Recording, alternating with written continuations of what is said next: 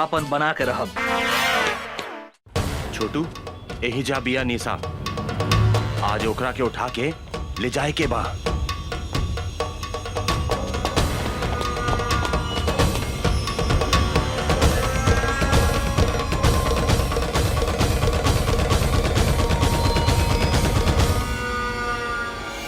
आवासन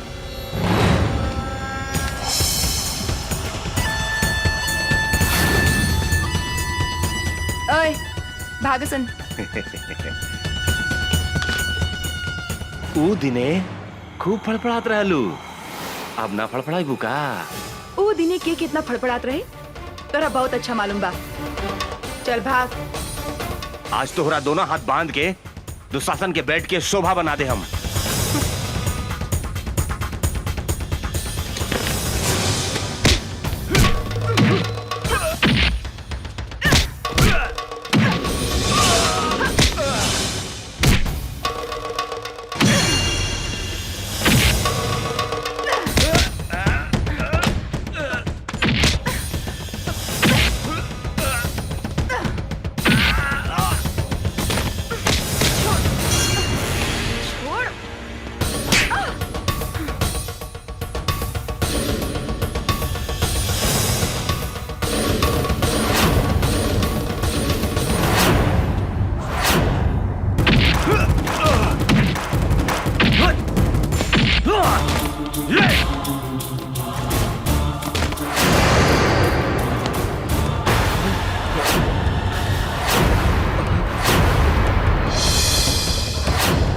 अमरवा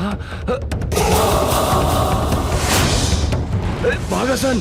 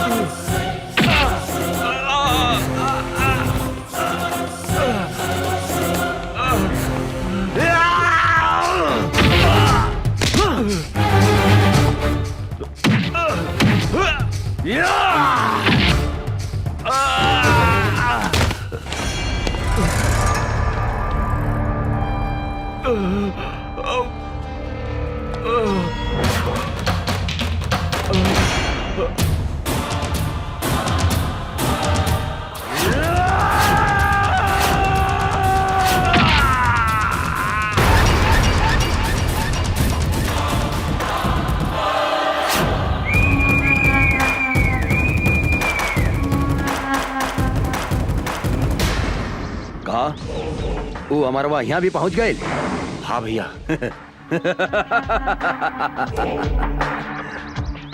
सियार के काल आवेला त शहर की ओर भागेला।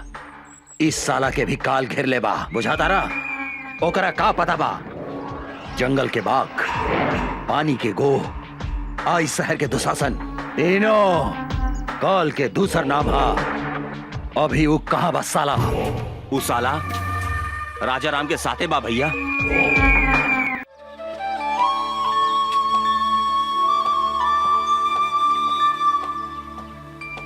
अभी फुर्सत भइला तोहरा? सॉरी, का कही, पुलिस के नौकरी ऐसन बा। माफ कर दा हमरा के। ना करें, हम 1 घंटा से तहार इंतजार करतानी। सॉरी जानू, एगो बात कही। का? गुस्सा में तू एकदम झकास लगता रू। मन करता तुम्हारी लाल लाल गाल दांते काट ली। बेकार की बात मत करा, हम तरह से बात ना करें।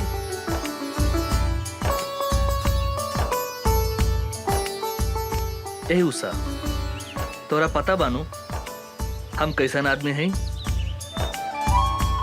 हम कसम खैले बानी तोरा के आपन बना के रहब, और तोहार लाल लाल गाल के हम काट के रहब।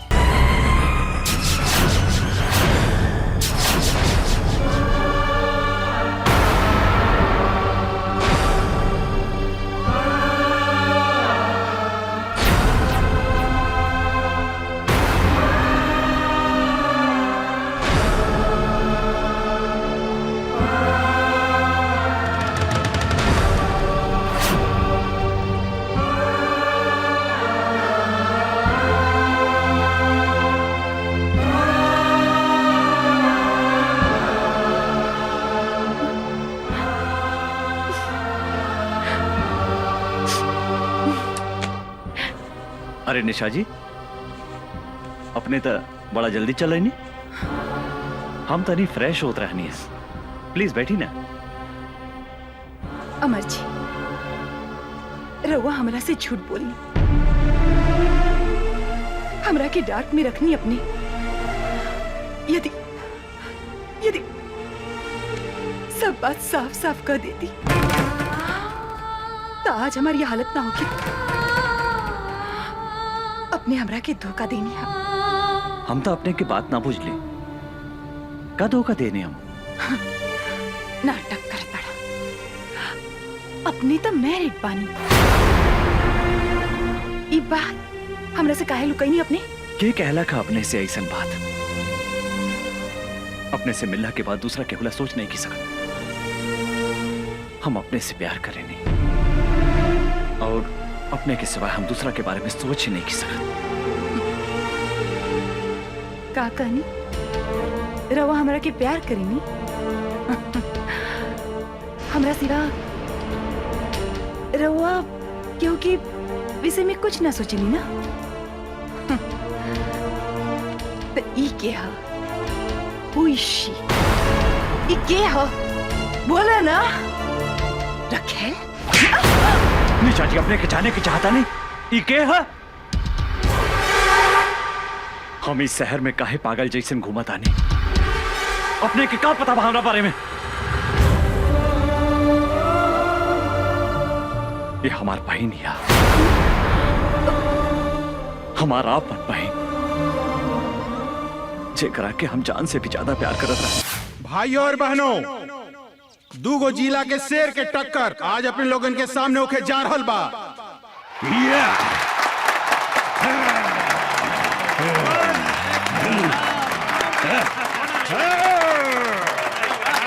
कुश्ती में जे भी जीती बिहार केसरी के उपाधि से नवाजल जाई। और आज एकर फैसला करिए दुशासन पांडे के बहन साक्षी पांडे। शुरू। तालियां।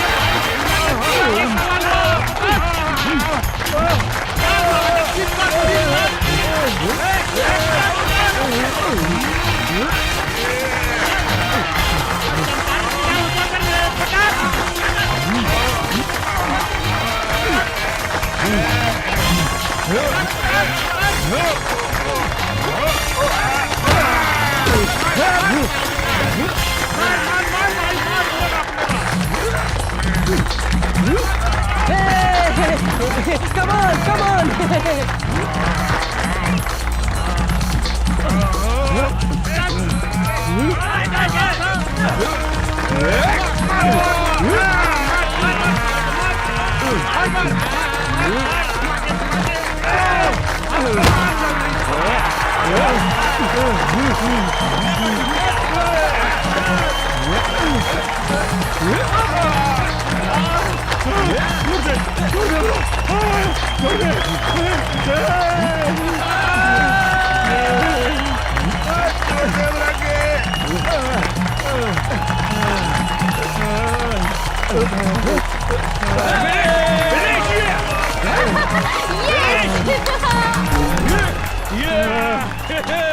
और बात कहूँ मत का बेटा।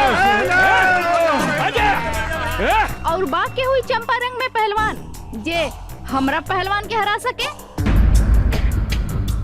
बुझाता ये जिला में कोनो भी मतारी आपन बेटा के आपन दूध नहीं खे पियवले। सच बात बा, ई जिला में सब मऊगा हवसन। ए मैम साहब, मुंह संभाल के बात करी। इस देश के असली मर्द के जिला हा चंपारण। आपने के मालूम बानू महात्मा गांधी आजादी के लड़ाई यही जिला से लड़ले रहले। आज तुम्हारी पहलवान के हम ऐसन रेलेम कि दिने में तीनों त्रिलोक लौके लागी। तू हमरा से लड़बे साले 1.5 फुट। हमारे गांव के एगो कहावत बा कि देखन में छोटन लागे घाव करे गंभीर। बिहार केसी लाल बाबू सिंह के जिला के बेटा हई, जहाँ मतारी के कोख से लड़का जन्म लेते अपना जांग पर ताल ठोक के कहला कोनो बा माई के लाल जे हमरा से कुश्ती लड़ी। लाल बाबू सिंह के धमकी देता रे, एक मुक्का में तोरा के जमीन में ढुका दे। के करा के कहवा ढुकाई ये हमरा साथे लड़ला के बादे पता चली। छेदी बाबू नाम हवे हमार, छेदी बाबू। तोहरा देह में इतना छेद करेम कि हगे के जगह से मुँहते लगबे और मुँहते के जगह से हगे लगबे। खड़े खड़े एकर बकवास का सुनत रे बागड़? उठा के फेंक दे खड़ा के बाहर ई पतर सुटका के। मैडम पतर सुटका मत बोली, हमार पावर देखेम का। साला झिंगुर की औलाद, पूछना अपन मैडम से। तोरा के हरा देम तो हमरा के काय नाम दी। तू अगर हमर पहलवान के हरा के दिखाईबे तो तू जे कहबे हम करम। हमरा से बियाह करबू? बागड़ एकरा के मार के मुंह फोड़ दे। सारे तोर दूध के दांत नहीं खे टूटल और तू हमार मेम साहब से बियाह करबे? भाई लोगन, हमरा एगो बात समझ में ना आई। शादी कैला के बाद दांत की जरूरत पड़ेला कि और कोनो सामान के? मेम साहब हमार साइज पे मत जाई।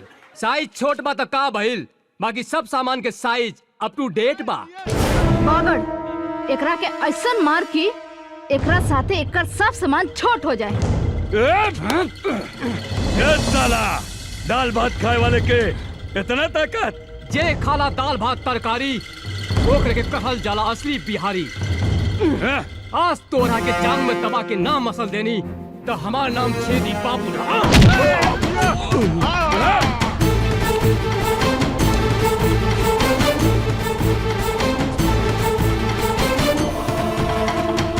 काम अगर ये ताल ठोकदारे रे, तोहरा के सुनावत आनी असली मर्द के ताल। एकरा के कहल जाला असली मर्द के ताल।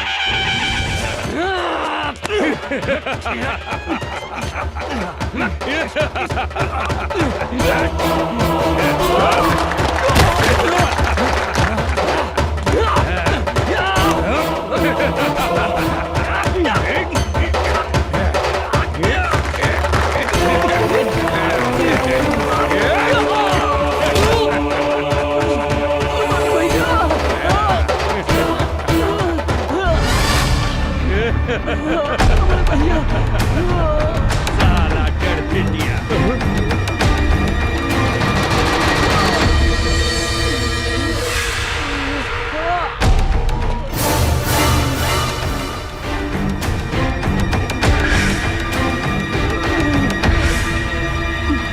मारा साले के भैया, मारा साले के। तू कौन हुआ? ये बाबू दिल्ली न पंजाब से, यूपी न बिहार से, हवा न तूफान से, धरती न आसमान से, अरे हमार पता पूछ पूरा हिंदुस्तान से। हमार नाम है मर्द रिक्शे वाला, लोग हमरा के चंपारण के शेर कहेला। तू का लड़बे रे हमरा से? एगो रिक्शा वाला होके हमरा के हरावे के सपने देखत रे? अरे हमरा समझ में एगो बात ना आवेला, इस दुनिया में सबसे ज्यादा गैल गुजरल रिक्शा चलावे वाला, तांगा चलावे वाला होके लगा। अरे जेकरा मन में जे आवेला बोल देवेला। अरे जे तरह तोहरा देह में खून बहाता वह खून हमने गरीब के देह में भी बहेला। अभी तोहरा के हम गरीब के ताकत दिखावता नहीं। अच्छा था मैडम, का कहत रहलू कि चंपारण में कोनो मर्द नहीं खे? अरे कहा था एजा तोहरा के अपन मर्दानगी दिखा दे। तू का दिखाई अपन मर्दानगी? तोहरा से तो एगो मच्छर भी ना मरी। ई तू ठीक कहलू है मैडम कि हमरा से मच्छर ना मरी। मच्छर मारे के काम तुम्हारी टुटपुंजिया पहलवान करी। अरे हम शेर हैं और शेर शेर के शिकार करेला, मच्छर के ना। बड़ा घमंड बा अपना आप पर। खून पसीना बहा के तोहनी जैसन धनिक आदमी के पेट पाले ली। अरे गरीब के जिंदगी झंड बाता का भइल, तारा जैसन घमंडी लड़की के घमंड तोड़े नी। ज्यादा बकर बकर मत कर, हमार पहलवान के हरा के दिखाओ। अगर हम एकरा के हरा देनी त तू हमरा के का देबू? जे मंगबे हम देम। ठीक बा, अगर हम तोहरा पहलवान के हरा दे हम तो तोहरा उहे करे के पड़ी जौन अभी हमार भाई कहला सर। मतलब तोहरा हमरा साथ यही जा अभी ब्याह करे के पड़ी। और अगर हम तोहार पहलवान से हार गई नहीं तो जिंदगी भर कुत्ता बन के तोहार तुआरी पर गुलामी करे। बोला शर्त मंजूर बा? हमरा तोरी शर्त मंजूर बा। अरे साला टुटपुंजिया, अरे हम तोहरा साथ ब्याह करे के बात थोड़ी करता नहीं। मैडम से पूछ हमार शर्त मंजूर बा कि नहीं। चल, हमरो शर्त मंजूर बा।